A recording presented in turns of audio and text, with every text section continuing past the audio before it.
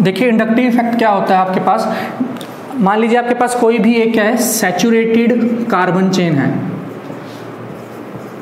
क्या है कोई भी एक सैचुरेटेड कार्बन चेन। सबसे इंपॉर्टेंट कंडीशन है कि जो चेन है वो क्या होनी चाहिए, सैचुरेटेड होनी चाहिए इंडक्टिव इफेक्ट के लिए, ठीक है। कोई भी अगर आपके पास सैचुरेटेड चेन है उसके अंदर आपके पास क्या है, कोई भी एक ऐसा ग्रुप लगा हुआ है जो कि इलेक्ट्रॉन डोनेटिंग या इलेक्ट्रॉन विड्रॉइंग है, तो वहां पे क्या आता है आपके पास इंडक्टिव इफेक्ट का केस आता है, ठीक है।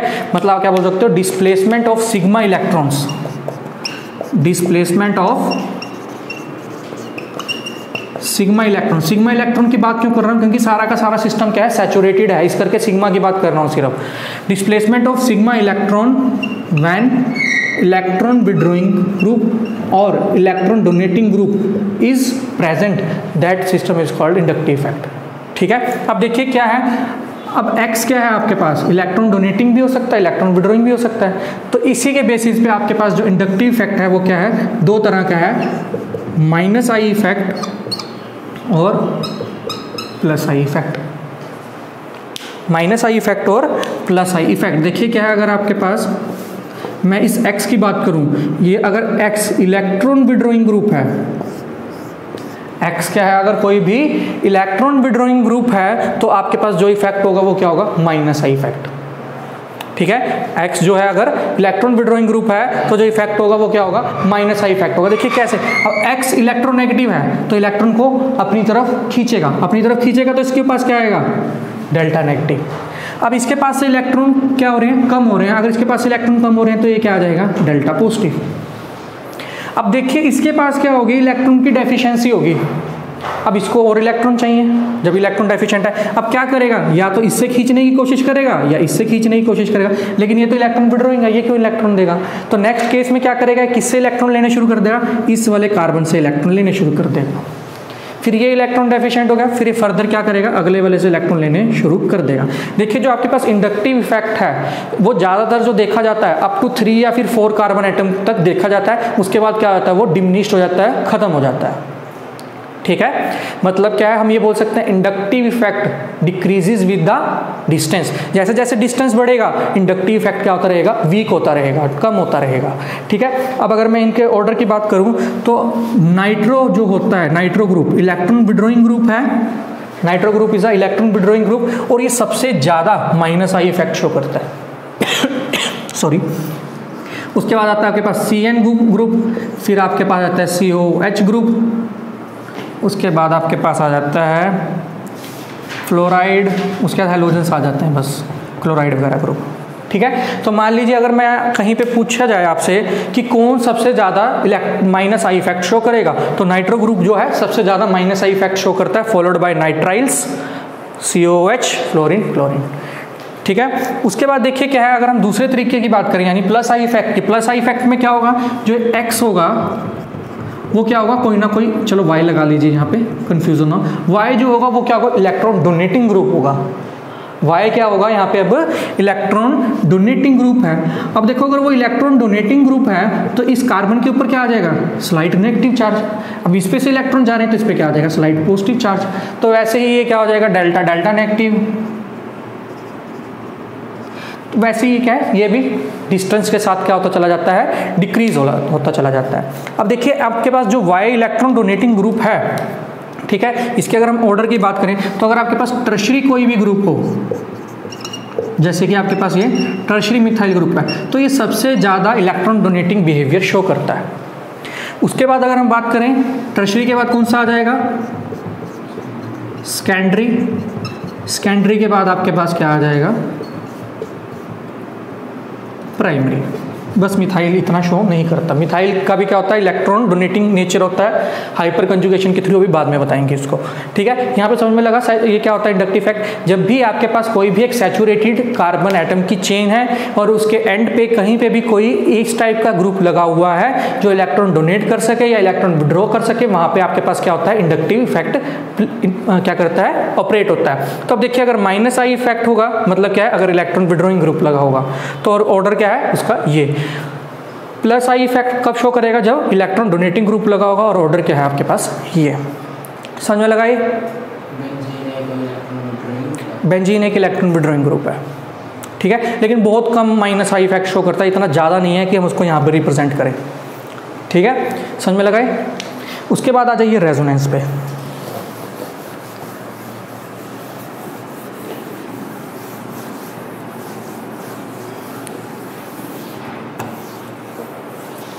देखिए अभी हमने जो ये पढ़ा किस चीज़ के लिए पढ़ा था हमने, सैचुरेटेड सिस्टम के लिए। अगर आपके पास कहीं पे भी अनसैचुरेशन आ जाए तो वहाँ पे हम क्या देखते हैं, रेजोनेंस चेक करते हैं। ठीक है, रेजोनेंस किसके लिए चेक करते हैं हम, अनसैचुरेटेड सिस्टम के लिए। अनसैचुरेटेड सिस्टम के लिए हम क्या करते हैं, रेजोनेंस चेक करते हैं। देखिए आपने कुछ भी थ्योरी वगैरह नहीं पढ़नी है, सिंपल सी एक बात याद रखिए, आपको 5 सिस्टम लिखवा रहा हूँ, अगर आपको इस टाइप का कहीं पे भी कोई भी सिस्टम मिल जाता है तो आपने बस ये देख लेना कि वहाँ पे रेजोनेंस है। देखिए अगर आपके पास क्या है, double bond, single bond, double bond, double bond, single bond, positive charge, double bond, single bond, negative charge, double bond, single bond, lone pair of electron, double bond, single bond, free radical. जहाँ पे भी आपके पास ये 5 में से कोई एक case दिख रहा होगा वहाँ पे क्या होगी, आपके पास रेजोनेंस होगी पक्का। ठीक है, अब देखिए डबल बॉन्ड का मतलब यही नहीं है कि सिर्फ डबल बॉन्ड ही हो, डबल की बजाय ट्रिपल भी हो सकती है। मैंने क्या बोला, अनसैचुरेटेड सिस्टम, तो मैंने डबल बॉन्ड का बता दिया, डबल की बजाय ट्रिपल होगी तो वहाँ पे भी हो जाएगी। ठीक है, समझ में लगा। अब देखिए हमने क्या करना है, बेंजीन के केस में रेजोनेंस करके दिखानी है। ठीक है, रेजोनेंस वैसे होती क्या है, shifting of pi electron cloud from one atom to another within the plane. Atom क्या होने चाहिए, एक बात याद रखना, एटम्स क्या होने चाहिए,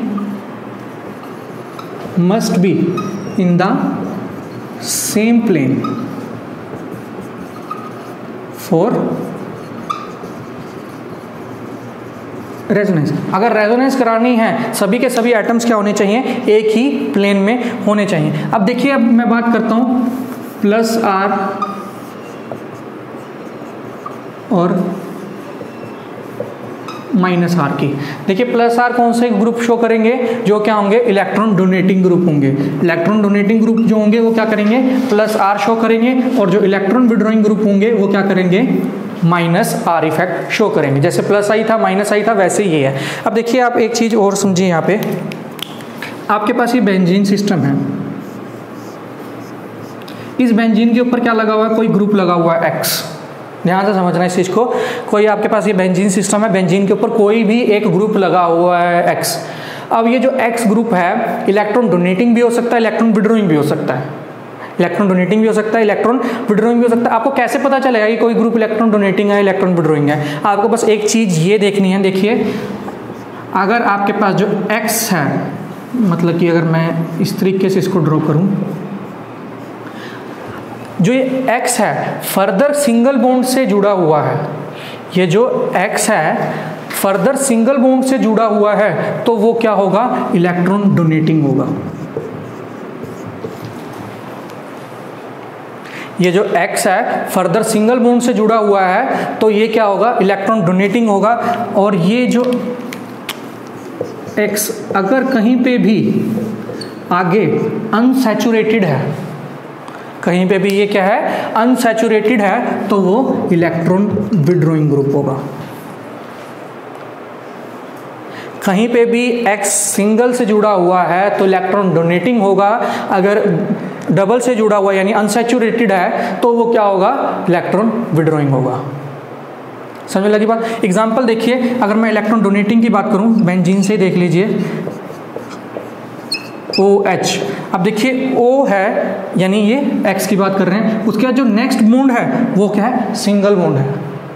नेक्स्ट बॉन्ड क्या है, सिंगल बॉन्ड है, तो ये क्या हो गया आपके पास, सारे के सारे इलेक्ट्रॉन डोनेटिंग ग्रुप की बात कर रहे हैं अभी हम। ठीक है, उसके बाद मिथाइल, अगर हम मिथाइल की बात करें तो देखो कार्बन X होगा यहाँ पे, और जो नेक्स्ट बॉन्ड है वो सारी की सारी क्या होंगी, सिंगल बॉन्ड्स होंगी। CH3 है ना, तो सारी की सारी क्या होंगी, सिंगल बॉन्ड होगी, तो ये भी क्या होगा, electron donating group.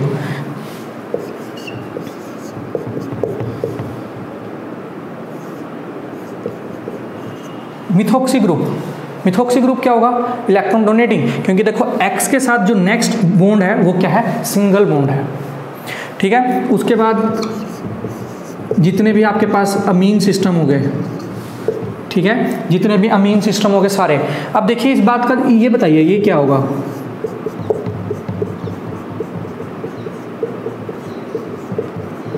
Electron donating होगा या इलेक्ट्रॉन विड्रॉइंग होगा? डोनेटिंग, क्योंकि देखो हमने क्या देखना है, जो एटम बेंजीन के साथ डायरेक्टली अटैच्ड है उसके साथ वाली बॉन्ड क्या होनी चाहिए, सिंगल होनी चाहिए, बस वो इलेक्ट्रॉन डोनेटिंग है। उससे आगे कहीं पे भी अनसैचुरेशन हो रही हो हमें उससे कोई लेना देना नहीं है, सिर्फ हमें ये वाली बॉन्ड पे फोकस करना है, ठीक है। अब देखिए इलेक्ट्रॉन विड्रॉइंग पे आ जाइए। इलेक्ट्रॉन विड्रॉइंग करेंगे तो आप इजीली समझ जाएंगे। एल्डिहाइड, देखिए जो एटम अटैच है डायरेक्टली उसके साथ क्या आ रही है, डबल बॉन्ड आ रही है, ठीक है। ये क्या होगा आपके पास, एल्डिहाइड। ये क्या हो गया आपके पास, कोई भी कीटोन हो गया, ठीक है। देखो एक्स के साथ क्या है, डबल बॉन्ड। उसके बाद कोई भी आपके पास क्या हो गए, एस्टर्स हो गए। अब ये बताइए ये इलेक्ट्रॉन विड्रॉइंग होगा इलेक्ट्रॉन डोनेटिंग होगा? विड्रॉइंग, क्योंकि सी ट्रिपल बॉन्ड एन आ रहा है, यानी अनसैचुरेशन आ रही है यहाँ पे भी, ठीक है। अनसैचुरेशन है तो वो भी क्या हो जाएगा, इलेक्ट्रॉन विड्रॉइंग ग्रुप हो जाएगा। तो वो सभी सिस्टम, अब देखो इसमें आपको रट्टा लगाने की जरूरत नहीं है कि हाँ मैं इलेक्ट्रॉन विड्रॉइंग का भी रट्टा लगा लूँ, इलेक्ट्रॉन डोनेटिंग का भी।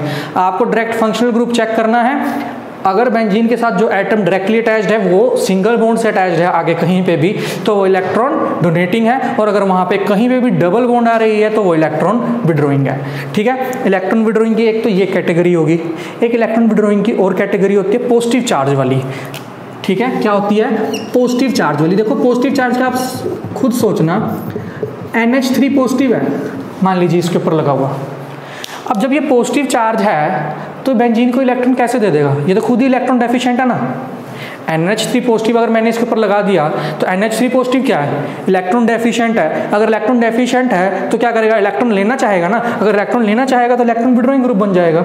तो वो सभी सिस्टम जो पहले बता चुका, या फिर पॉजिटिव कहीं पे भी आ जाए तो वो क्या होता है, आपके पास इलेक्ट्रॉन विड्रॉइंग ग्रुप होता है, ठीक है। अब देखिए एक इसमें और आपके पास आता है हैलोजेंस का केस। अगर हम बात करें हैलोजेंस की, तो हैलोजेंस क्या होते हैं, प्लस आर इफेक्ट शो करेंगे,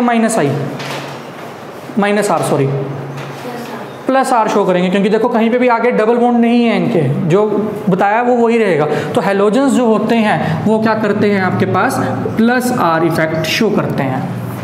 समझने लगा कि कौन से माइनस आर इफेक्ट शो करेंगे और कौन से प्लस आर। आपको बस यही चीज़ देखनी है, कौन माइनस आर शो करता है और कौन प्लस आर शो करता है, ठीक है। अब देखिए अगर ये समझ में लग गया आपको, तो अगर कहीं पे भी प्लस आर इफेक्ट शो हो रहा होगा तो क्या होगा आपके पास, अगर प्लस आर इफेक्ट कोई शो कर रहा है तो बेंजीन के ऊपर इलेक्ट्रॉन डेंसिटी बढ़ जाएगी, बस इतना याद रखना है आपको, ठीक है। हाइपर कंजुगेशन क्या होती है, रेजोनेंस की तरह ही होती है। नेक्स्ट हाइपर कंजुगेशन, ये आया समझ में?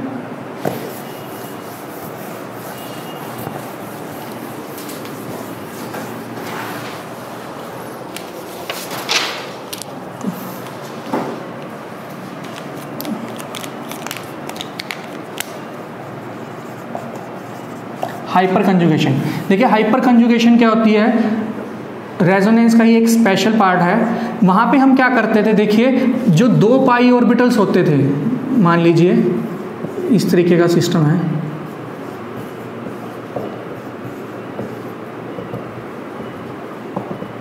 ये 2 पाई बॉन्ड्स क्या हैं, अल्टरनेट पोजीशन पे हैं। मतलब ये वाला सिस्टम मैंने इस टाइप का बनाया है, ठीक है। ये वाला कार्बन, नेक्स्ट कार्बन, ठीक है। इन दोनों में क्या है, पाई बॉन्ड बनी हुई है। पाई बॉन्ड बनी है तो ये मैंने क्या करवा दिया, इसके पी ऑर्बिटल क्या कर दिए, साइड वाइज ओवरलैप करवा दिया। फिर नेक्स्ट कार्बन ये वाला, उसके बाद नेक्स्ट कार्बन, इन दोनों कार्बन में भी क्या है, पाई बॉन्ड बनी हुई है, तो मैंने क्या कर दिया, पी ऑर्बिटल ओवरलैप करवा दिया। तो देखिए इसमें क्या होती थी, ये पाई बॉन्ड्स आपस में क्या करना शुरू कर देती थी, बाद में ओवरलैप करना शुरू कर देती थी। मतलब क्या होता था, ये दोनों आपस में ओवरलैप करना शुरू कर देंगे। तो वहाँ पर क्या होता था, पाई पाई ओवरलैपिंग होती थी। क्या होती थी, पाई पाई ओवरलैपिंग। लेकिन यहाँ पे क्या होती है, आपके पास पाई पाई ओवरलैपिंग ना होकर यहाँ पे क्या होती है, सिग्मा पाई ओवरलैपिंग।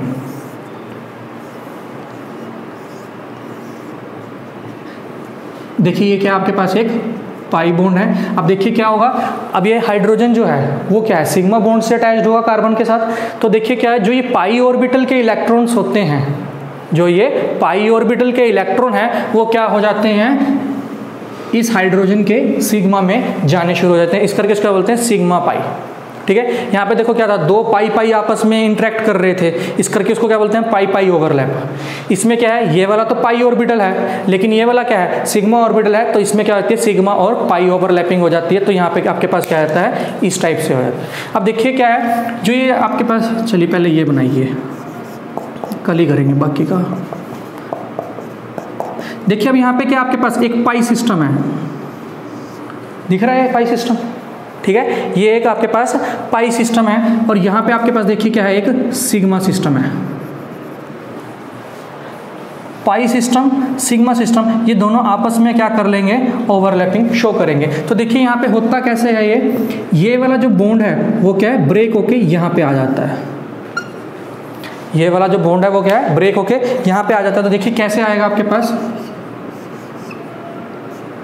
अब देखिए ये वाली बॉन्ड ब्रेक हो रही है और इस कार्बन पे अपनी इलेक्ट्रॉन डेंसिटी को ट्रांसफर कर रही है। तो इस कार्बन पे क्या आएगा, नेगेटिव चार्ज,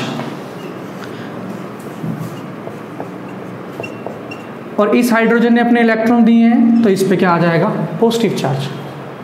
ठीक है, अब देखिए यहाँ पे आपको रेजोनेंस की कंडीशन दिखाई देगी। वहां पे क्या लिखा था, double bond, single bond, negative charge. तो देखिए यहाँ पे क्या है, double bond, single bond, negative charge. तो यहाँ पे क्या है आपके पास, रेजोनेंस होगी।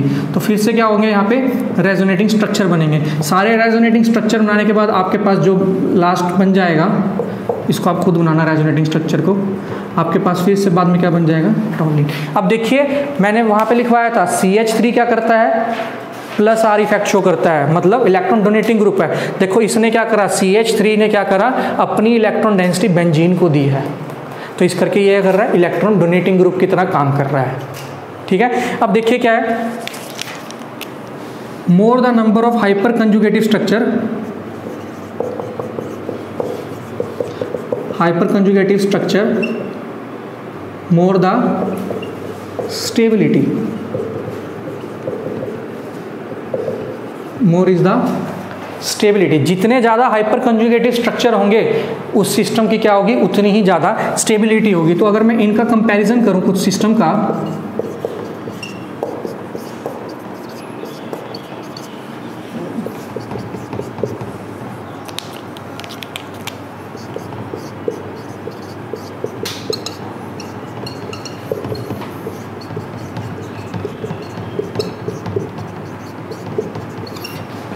ठीक है, और एक बात और याद रखना, number of hyperconjugative structure is equal to number of alpha hydrogen atoms,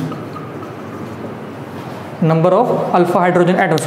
मतलब कि जितने ज़्यादा अल्फा हाइड्रोजन एटम्स होंगे उतने ही ज़्यादा क्या बनेंगे, हाइपर कंजुगेटिव स्ट्रक्चर बनेंगे। जितने ज़्यादा हाइपर कंजुगेटिव स्ट्रक्चर बनेंगे उतनी ही ज़्यादा क्या होगी, स्टेबिलिटी होगी। अब अगर आप यहाँ पे देखें, यहाँ पे क्या है आपके पास 12 अल्फा हाइड्रोजन एटम्स हैं, 3 6 3 9 और 3 12 अल्फा हाइड्रोजन एटम है। यहाँ पे क्या आएंगे आपके पास 9 अल्फा हाइड्रोजन एटम, यहाँ पे क्या आएंगे 6, और अगर आप आगे भी आप फर्दर बनाएंगे तो क्या आएंगे 3। तो अब देखिए अगर हम इसकी स्टेबिलिटी ऑर्डर की बात करें तो सबसे ज़्यादा स्टेबल कौन सा होगा, ये वाला स्टेबल होगा, because it has more hyper conjugative structure. तो जितने ज़्यादा हाइपर कंजुगेटिव स्ट्रक्चर उतनी ही ज़्यादा क्या हो जाएगी, उसकी स्टेबिलिटी हो जाएगी। समझ में लगा ये।